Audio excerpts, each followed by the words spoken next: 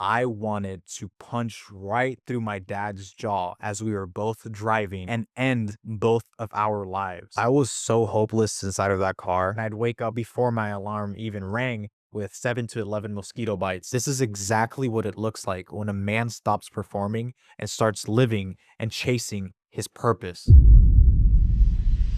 Before I did any of the things that I do now, before I even had a bed to sleep on, a room, a shower, any of that, I had to walk through hell and live it to tell it. And I'm going to share with you the story that I've never really unfolded, a story that I've never really told many people. I was born in the Dominican Republic, not in poverty whatsoever. We were pretty well off. My dad was part of sports council, and we had, we were upper class, and we had the kind of life that most people in my country did not experience ever.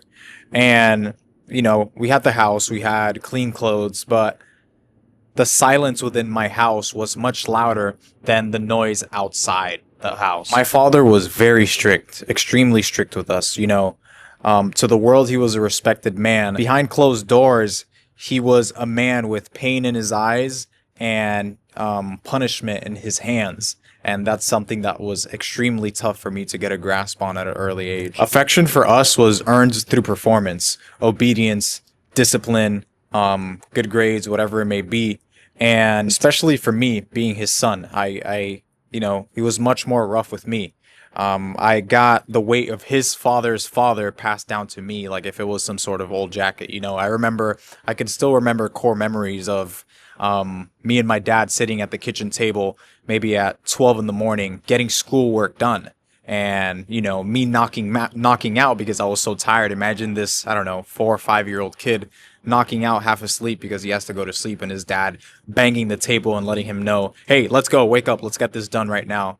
And that's exactly what I had to live with at a young age. Verbal abuse, physical abuse, the worst one, which was emotional neglect. And, he was rougher with me than my sister. And that's probably because I was the boy, and probably because I reminded him of himself at a younger age. Then my mom did something pretty courageous, which I still respect to this day, and she left for the U.S. in 2002 in order to receive us and build a firm foundation to receive us here in the U.S.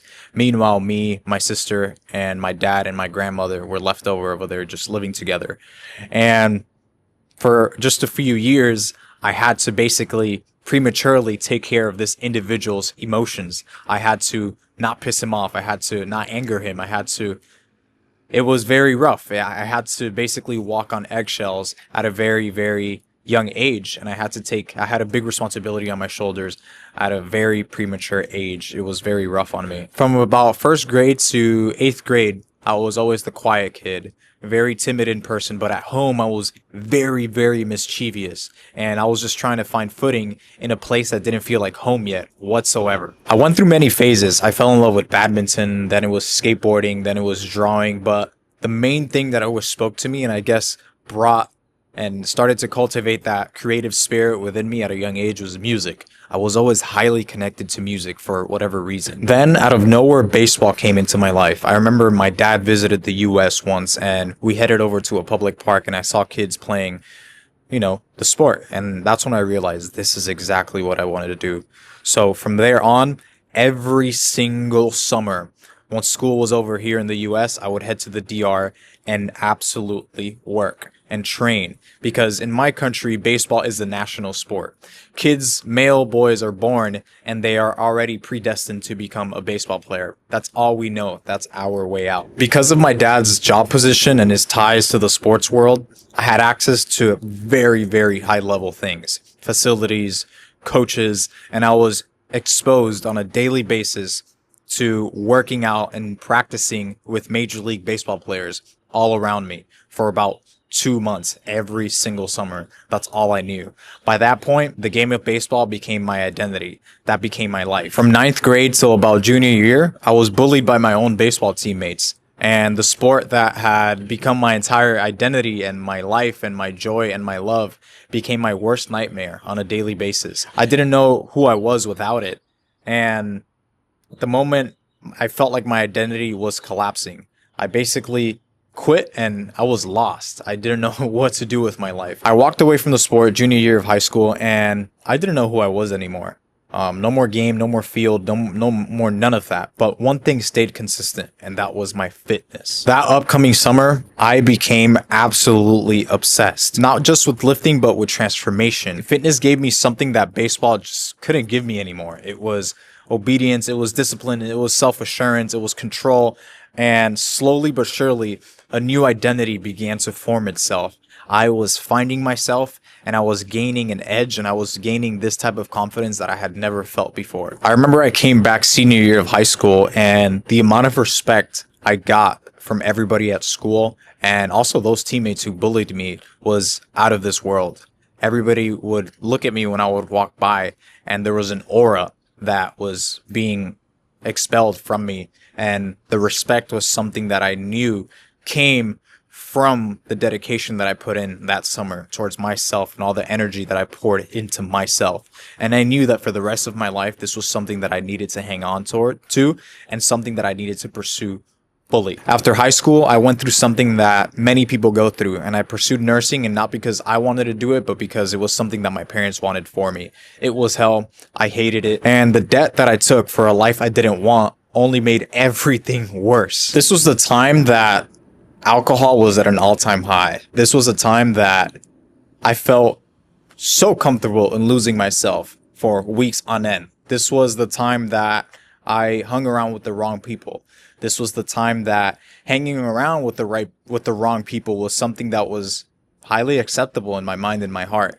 And thankfully, there was something deep within me that there was still a flash within me. There was still a tiny little spark, which till this day I think is what saved me, that knew that none of this was right, that knew that this wasn't something sustainable, that knew that this environment wasn't going to get me anywhere and was only going to delay my purpose, was only going to injure my future. Not my future, but the future of my kids, the future of my future household. I also threw myself inside of this very, very toxic situationship.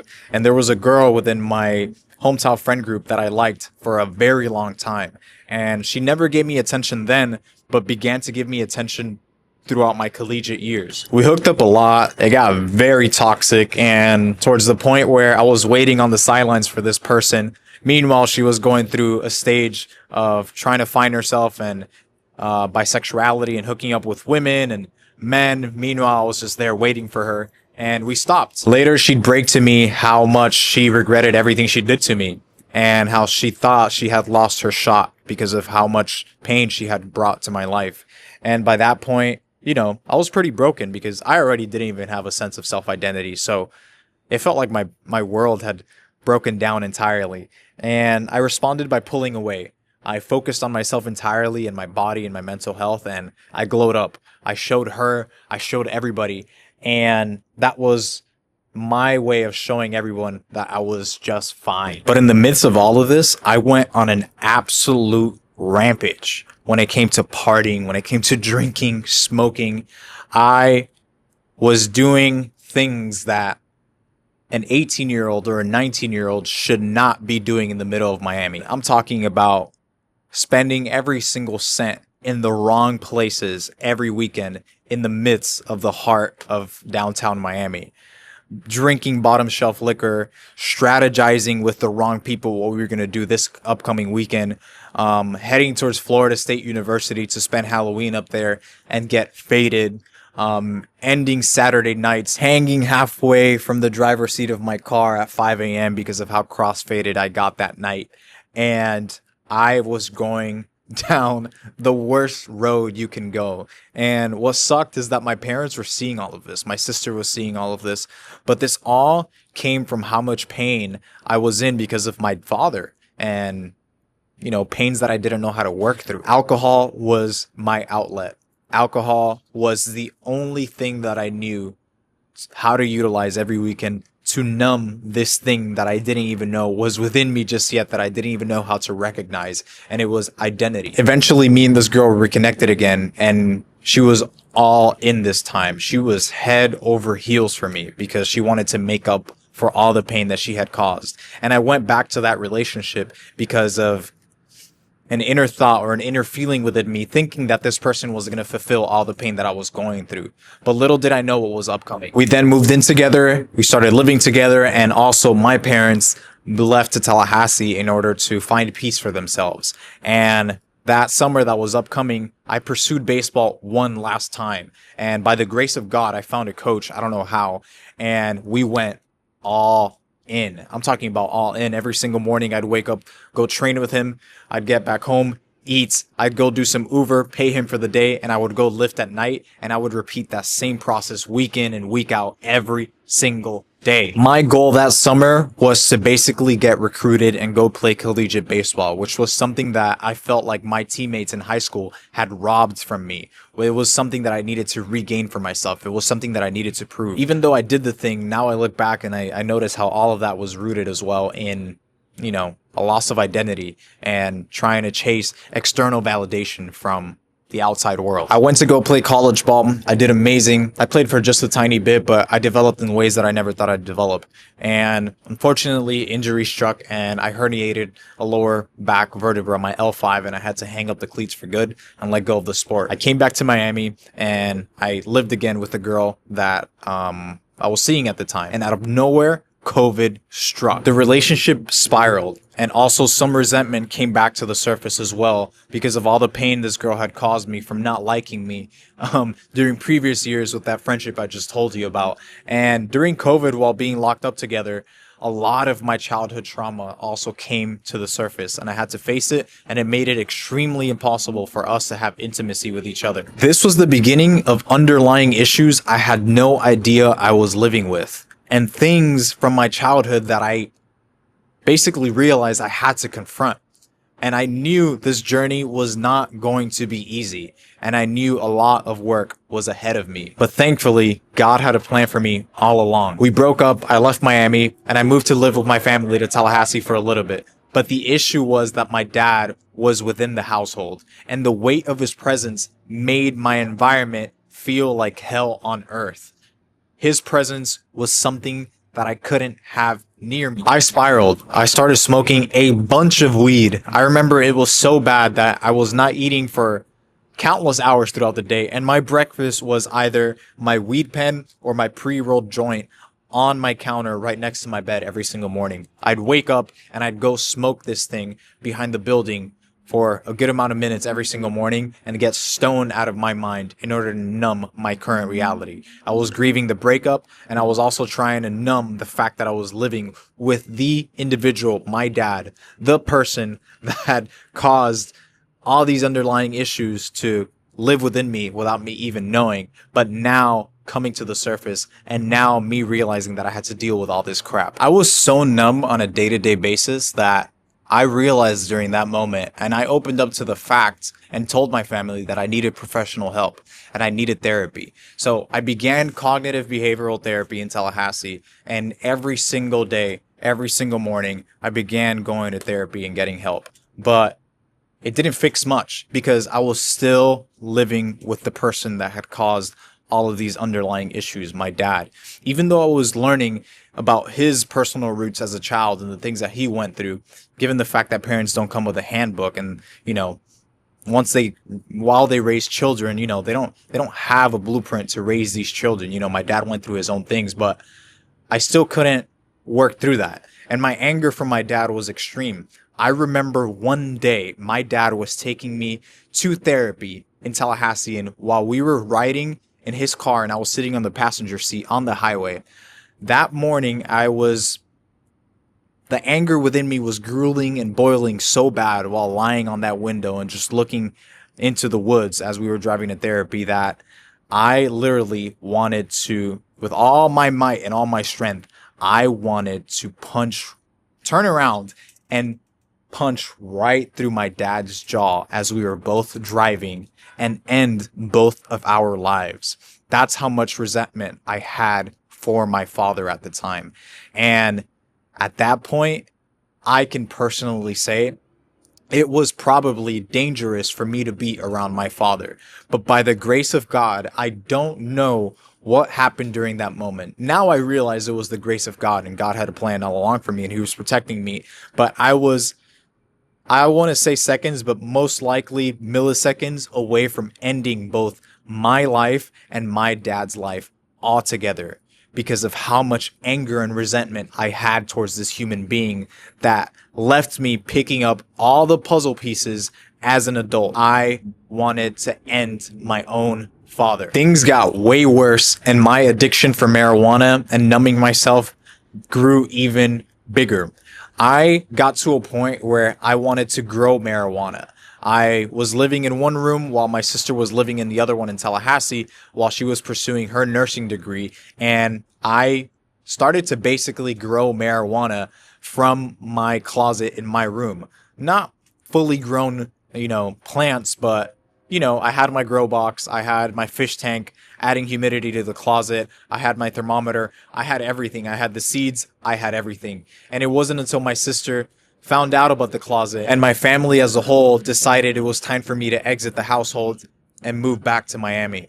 And from here on out, this was the season that I had no idea I was going to enter up next. I moved back to Miami, and my uncle from my mom's side of the family received me. For the next 8 months, I would live with my cousin, who I grew up with back in Dominican Republic, her 5-year-old, and a puppy in a small room, all together for 8 months. This is when a shift within my entrepreneurial head began to take place. I invested a good amount of money and I got a membership at the mecca of fitness here in Miami, Elevation Fitness. And once I was within that environment and I saw the entrepreneurial mindset and also the creators that were in there and many other figures that were in there, I knew something was coming for my life. I knew something bigger was ahead in my future. I made connections, I made new friends, and the energy in the environment in there gave me clarity towards things that I wanted to begin pursuing. This is where the hybrid lifestyle began for me. The running, the road cycling, the lifting, something within me was trying to rapidly evolve. And soon enough, I was working a part-time job at UFIT, I remember at the time, and I gathered up a little bit of money and I put a down payment to go live in an efficiency in Coconut Grove. I left my uncle's house and I started living within this efficiency. I felt like I was finally building a real life. I was finally becoming an adult. I kept living within the efficiency that first month, but after that first month, I received some devastating news, and my landlord gave me probably some of the scariest news I've ever received in my life, especially at a young age. And he told me that I had 1 month to move out because the property was not up to code and there were some legal renovations he had to make happen. If not, they would take the property away from him. And that struck hard.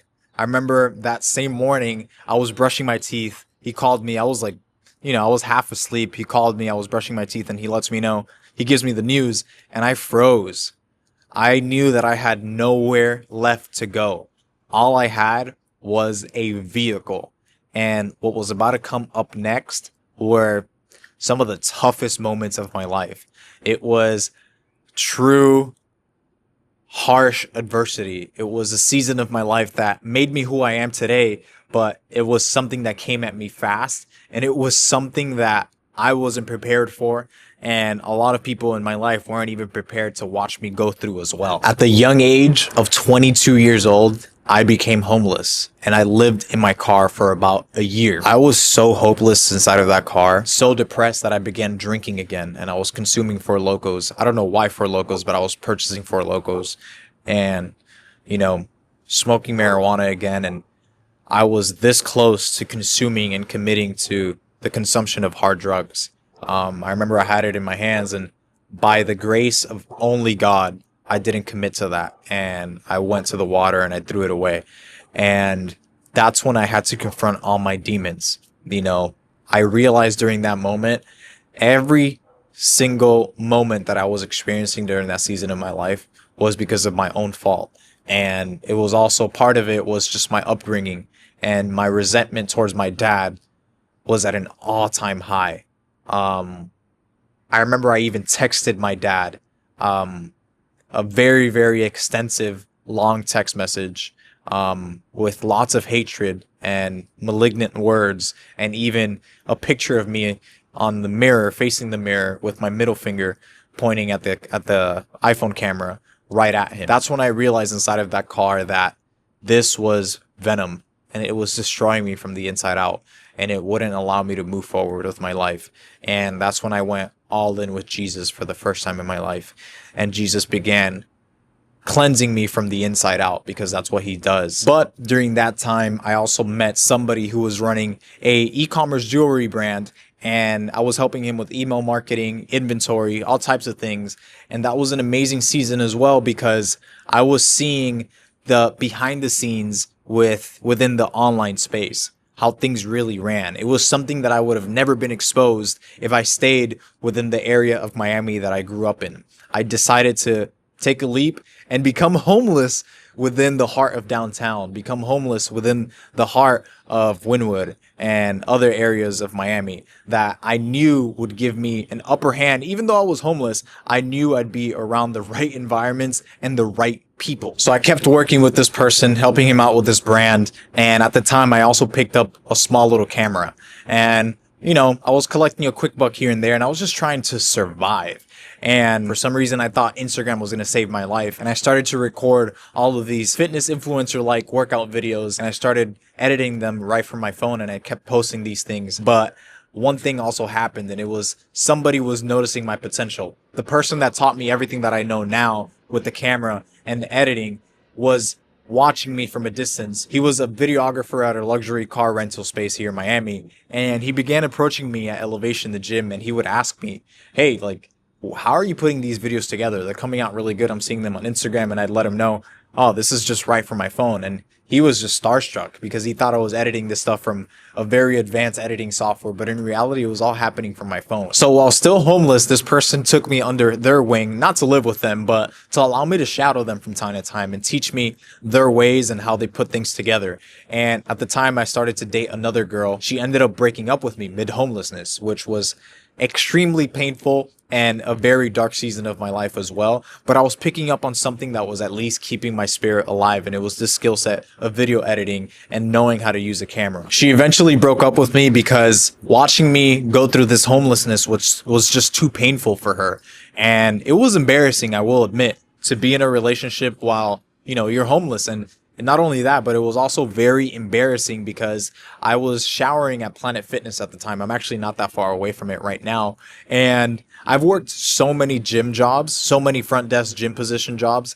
And when you work these jobs, you automatically know who's homeless. It's the person that walks in and never works out, but you see them walk out with a wet head just, you know, from taking a shower. Or the person that when you're closing the gym, they're the last one in the bathroom taking a shower or drying up within the locker room. That was very embarrassing. And it broke me entirely. It broke my heart. I was extremely depressed because the person that I needed the most during that season of my life, that girl, she let me go mid-homelessness, but I knew this was something that I needed to use as fuel, not to prove it to her whatsoever, because I had already done that in my past, trying to prove myself to other people that didn't believe in me or other people that didn't want to go through with my potential. But because I knew that at this point I had lost too much. At this point, I knew that God was calling me for, you know, something way bigger than even myself. Some friends of mine from Fort Lauderdale allowed me to crash at their place for a couple of months in Fort Lauderdale. And I drove all the way to Fort Lauderdale with my car that had, you know, the exhaustion was just out of alignment, and I was bumping my way all the way to Fort Lauderdale on the highway, just praying that this car would make it all the way to Fort Lauderdale, which thankfully it did. And I stayed with them for a couple of weeks, and I learned this editing software called Final Cut Pro, and I began to learn how to edit. I landed my first client down here in Miami, and I would drive back and forth from Fort Lauderdale and Miami to film with this client and work alongside each other and become, you know, their content partner. Unfortunately, those friends from Fort Lauderdale had to go do their own thing, and we all had to go our own separate ways. And I was back to square one, back in Miami, homeless again, living in my hot, humid car. I had to start all the way from the bottom once again. Life was basically chewing me and spitting me out again and again and again. And I knew I had to get out of this situation. So I got a full-time job at a Mediterranean restaurant called Mandolin down here in Design District, Miami. And I started bussing tables full-time. Living in that car was the most humbling season of my life. There was no lying to myself. And it sucked because I was living a double life that absolutely nobody knew about. Only a couple people knew about it, but nobody at that restaurant job knew about that. And those were the people that I spent the most amount of time with on a daily basis, and nobody knew about it. It was horrible. I remember maybe setting my alarm to, I don't know, maybe 7:35 a.m. every single day, something like that, and I'd wake up either 15 minutes or 30 minutes or 32 minutes before my alarm even rang with, I don't know, 7 to 11 mosquito bites, and waking up itchy and waking up sticky because of the humidity within that car, and also hot because the sun was beaming on top of that aluminum roof. But I knew that I had to keep going in order to get out of this situation. I was still homeless while still working this full-time busser position, but I was still grinding on the side. You know, I was working with my buddy who taught me everything for video editing, and I started working for his media agency on the side, and he was passing me a lot of weekly work to get done. It was a lot of pressure. And something that was horrible about that season is the fact that, you know, I was consuming so much fast food because it was all that I can afford at the time. You know, nowadays I tell people, it sounds funny, but it's not. I tell people that I don't want to hear a single word about Wendy's because of the amount of Wendy's that I had to consume during that season of my life. I remember that I would pull up to these busser shifts that were anywhere from 8 to 12 hours, bussing tables, bending over again and again throughout the day. And I would show up to these long shifts with no energy within me, and I knew that I was going to show up with these shifts with no energy within me because of the food that I was consuming. And that was such a grueling moment of my life because of, you know, the double life that I was living, and also the extra work that I was putting in on the side with all this video editing for my buddy's media agency. But I knew that there was a reason behind all of this. I knew that there was a deeper calling, and I knew that God was doing these things for a reason in my life. I knew that there was a strategic plan ahead of all of this that God was basically wrapping up for me. During that season of my life, I wanted to make it out so bad that it got to the point where my own coworkers basically hated me. They disliked me because as soon as our shift was over for the day, bussers and servers, I was the first one out of the restaurant. Every single day, we had a post-shift family meal, and we had food that would be laid out on the tables for everybody to consume, and I would never sit down. I'd be the first one that would exit the door. I had to do that because I had more work to get to at home, because I wanted to make it out of this restaurant so bad, solidify this skill set for myself, and not have to go work this job. And I knew that, sure, these people disliked me a lot, and I was also never invited to gatherings of the group. You know, they went out partying at times, and also they had events at, you know, each other's houses, you know, nice gatherings, and I was never invited. But I knew that God was singling me out for a very specific reason, and it was because I needed to develop the skill set, solidify it, so that I can do more things with my life. And that's exactly what happened. Then after some time went by and I saved up some money and I made all those sacrifices, I saved up the money and I got myself an apartment here in downtown Miami, and I began to live with a Venezuelan family, and I stayed there for a pretty long time. I still remember that first night that I was within my room that I had paid for with my own money, and I still remember till this day the first second or 2 seconds that the back of my body hit that bed to go to sleep. And I looked at that ceiling and I felt the air conditioning and the fresh air in there and my blanket and my clean body. I began to cry like a baby. Boogers, you name it, everything, because I felt the grace of God just fill my entire body and heart. And I felt God just take all that adversity away from me. And I finally had the simplicities that many of us just forget about: a bed, air conditioning, a desk, a blanket, a shower, clean water, all these simplicities that many of us just overlook every single day. I felt like the richest man on planet Earth because these were things that I didn't have with me for about a year. And there was no more mosquitoes. There was no more embarrassing moments at Planet Fitness. There was no more embarrassing moments where people would walk by my car and see this young man sleeping in his car every single day because they lived in the same neighborhood that I would sleep by.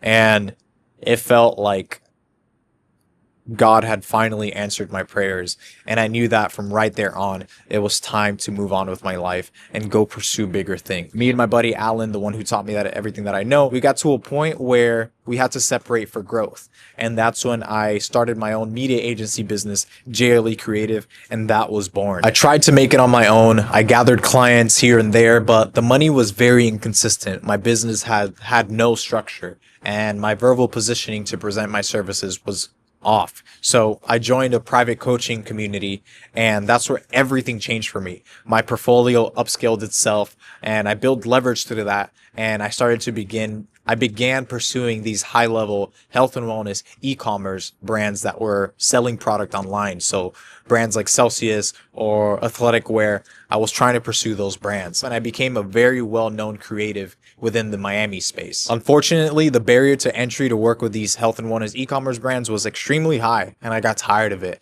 And I made a decision to just come right back and partner up with my buddy again and work for his media agency. And we began to work with the person that everybody now knows, Ashton Hall.